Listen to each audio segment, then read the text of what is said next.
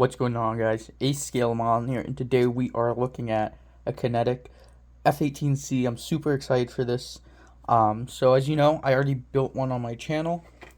This is the A actually, but still built one in the Australian livery. So you can see the cool, the super cool kangaroo and the magpie. Anyway, so yeah, super cool, super great kit. I've built a few since. However, some of you may know, some of you may not, that the F-18 is by far my favorite aircraft and probably by far the one I'm the most knowledgeable about. I'm no expert, but I'm the most I'm the most knowledgeable on all the other aircraft that I know, if that makes sense to you. So anyway, let's get right into it. This is a great kit. I'm super excited to do this. I haven't done this variant yet. I've done some of the other Australian ones, and I saw they're going to be releasing a new Indigenous Aboriginal scheme, and so I'm going to have to pick that up too. So right away, let's take a look at the decals. Alright, and so we are taking a look at the decals, and you get very nice decals. These are designed by Fightertown, but they're printed by Cartograph, so you know they're going to be high quality. So starting out, you get VF-87, which is the Golden Warriors. So interestingly enough about the Golden Warriors, I believe they're the only squadron, and I guess they're Air Wing 2. They were off the Theodore Roosevelt. On their way to the Persian Gulf, the Kosovo War broke out, so they were called to action to go help NATO in bombing Kosovo, and they continued their deployment, and they participated in Operation Southern Watch in the Middle East. So they were the only squadron to participate in two theaters of war, or their air wing, I should say, is the only squadron in U.S. naval history to participate in two theaters of war in one deployment. So you get War Party. They're a pretty cool squadron. Definitely have a lot of history. Also, should say participated in the Iranian hostage crisis. So cool squadron, a lot of history. Definitely like the chief. I'm not going to do any of these squadrons.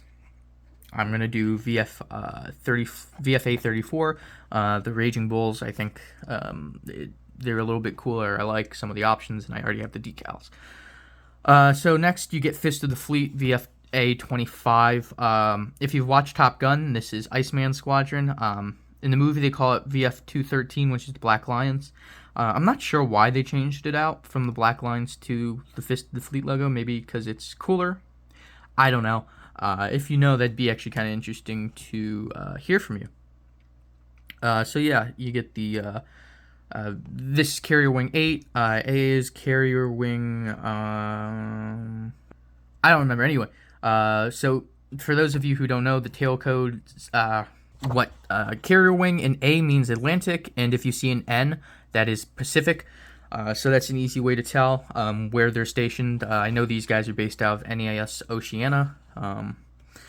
So right here we have the finish, which is very nice. Red wings, super. I love the white crosses. Oh, sorry guys.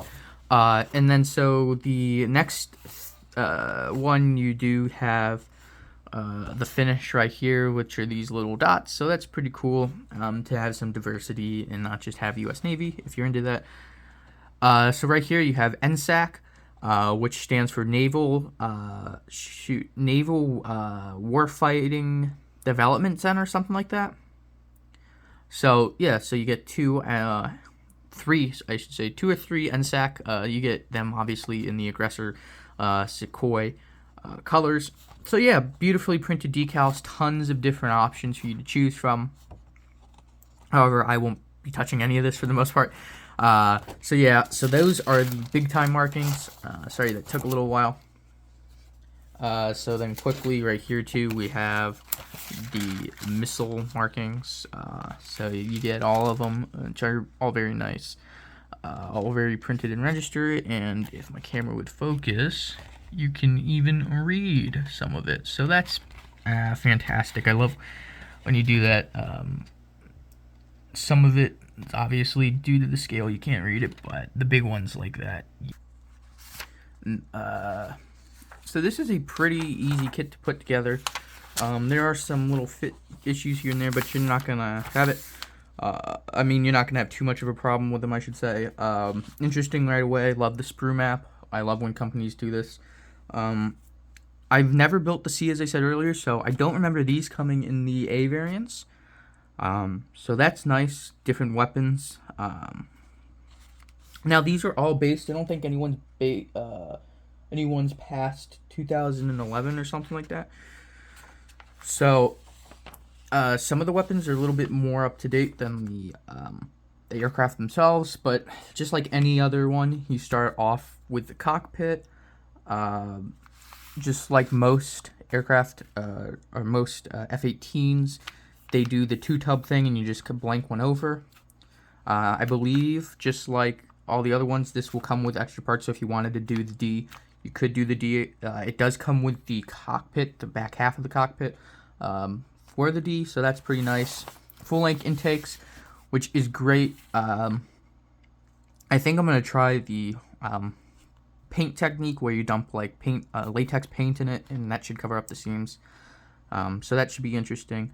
You don't get full engines, but that's fine. It's not too big of a deal for me.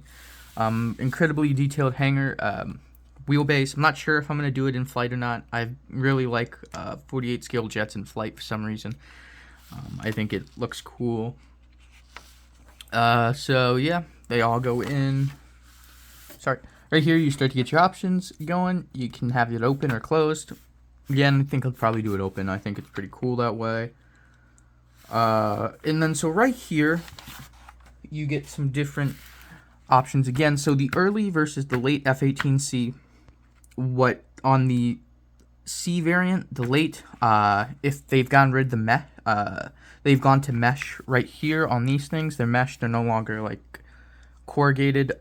Kind of like if you ever seen plastic siding on a house, it's kind of like that. I don't remember what it's called. Like starts with an L. I'll try to find it. Anyway, so they got rid of that. The easiest way to tell, between a late and an early is they'll also have a slash in the, I'll zoom in all the way. So they'll also have, like, imagine if this is part of the airframe, they'll have a slash right here, kind of a brace in the mesh. But so yeah, you get that, and then you also for the finish, you get the searchlight. Just gotta cut that out. I believe this does come with the ATARs. So if you want to do the photo reconnaissance, that also participated in Kosovo and stuff like that, I believe it comes with that. You just gotta change out the bottom, and they come with a few bombs. We'll take a look at that. You can do the wings extended or folded, which is very nice. Let's see what else here. Just, it's your standard, typical. You can have all your flaps down. It's just your very standard F-18 build from here on out. Here's where it gets a little bit busy. Speed brakes. Right here, open, closed. I believe this does not come with a pilot. I can't remember. But, yeah, as you can see, it's just an incredibly detailed kit. Get a lot of different weapons, too, which I love that they are not stingy on weapons. Right here, you get your Sea Sparrows, some different ordnance bombs, stuff like that. Your pods, different types of pods. Your Sniper XR. Again, see, I think this is a little newer than some of the aircraft in here for the Americans, I should say. I'm not sure if the Swiss use it. And then you get all your decals, and you get your different loadouts, how to put them. I should say, though, too, actually, real quick, that you do get the double pylon, so you can attach two on one single pylon. You get the, I can't remember what that's called, but yeah, so for bombs. And then here are all your markings. So as I said earlier, you get Fist of the Fleet, which are VF-87. So I think I said that, or maybe I said 84. VF-20. No, this is VF-25. Sorry, this is V8-27. That's kind of a funny typo, actually. Yeah, let's see if we can't zoom in on that. There you go. See, Golden Warriors are switched up with that. So that's an easy enough. It literally says, Fist of the Fleet, Fist of the Fleet. So then you also get the Russian Splinter camo.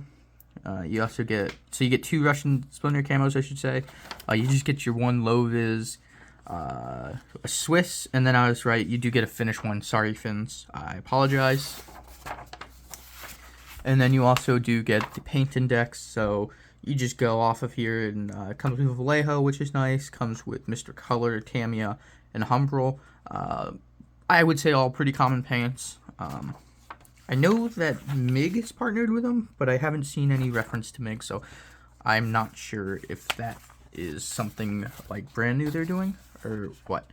So yeah, also too, one thing that I just noticed is they have, I wouldn't say they're low quality. They're not the highest quality, but they're good enough, I think, to tell you where to put decals and stuff.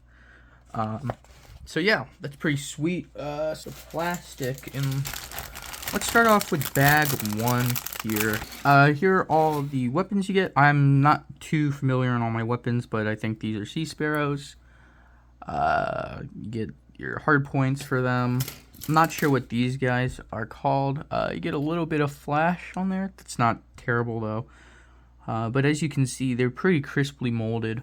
A little tiny bit of flash, as I said. I think these are a little bit older these days. Right here you get some for your one of your pods, another Sea Sparrow, and then this slide molded hardpoint. So that's very nice. And you get 2 of those. This is for the C variant. So this is the longer back, so you can cover up more, obviously. Once again, here's the covering for the back half of the cockpit, and right there's the internal for the cockpit itself, where you can glue your clear part to, and then here are the booms if you want it lower, opened or closed. Right here, this is another weapons sprue, and you got your tires and gear doors on here. So right here, as I was talking about, these allow you to hold 2 missiles or bombs. There's a photo, I want to say, of an F-15E, a Super Hornet, carrying, like, you know, so like they have 6 hard points, so it'd be 12 missiles, and I think 2 on the hip hard points too, the hip stations. Right here, your intakes, or sorry, not your intakes, your engine area, the exhaust, I guess, gear doors, nicely detailed. Yeah, lots of parts, as you can see. There you get your lowered flaps and your raised. And then right here, your fuel tanks.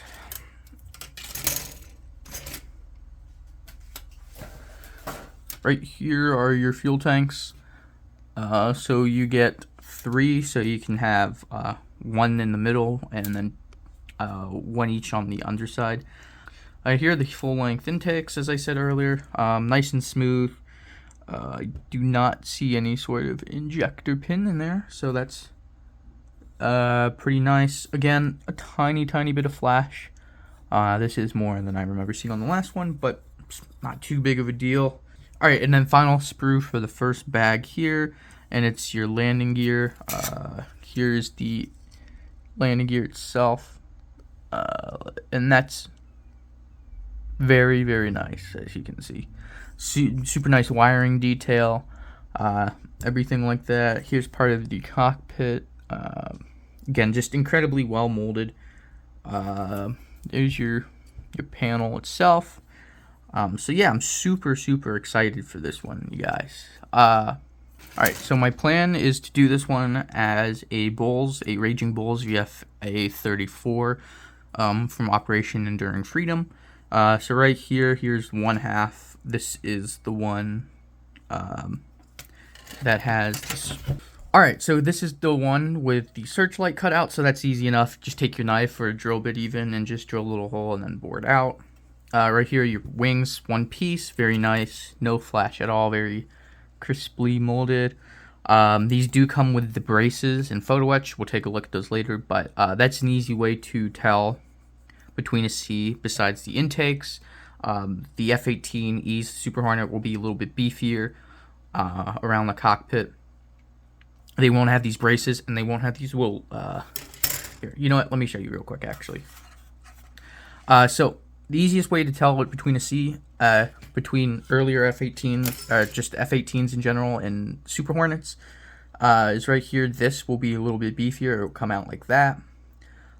They also will not have these on them at all. These were to help break up wind, so airflow, so that these didn't take too much of a punishing, because otherwise these would break. That was a flaw of the Super Hornet, so that was an easy one to tell. And also they have one less hard point than the Super Hornets do on each wing. So yeah, pretty easy. Oh, and then this is what I was talking about between the earlier models of the C and the later models. The earlier models will not have, these late models will not have these more corrugated looking, and then the camera wants to focus. Anyway, they will not have the corrugated looking, and then the corrugated looking vents, and then this little slit right here.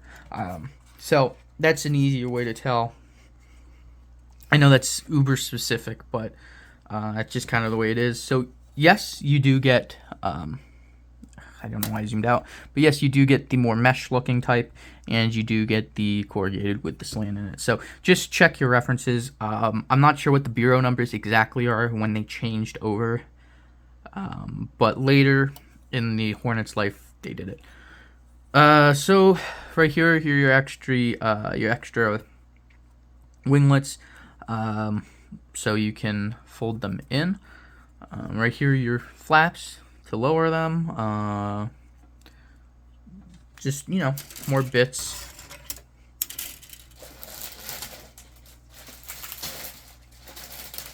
Alright, and I know you're starting to get tired of me talking, so there's only a... Oops, that was loud. Alright, I know you guys are getting tired of me talking, so here's just a few more bags, I promise.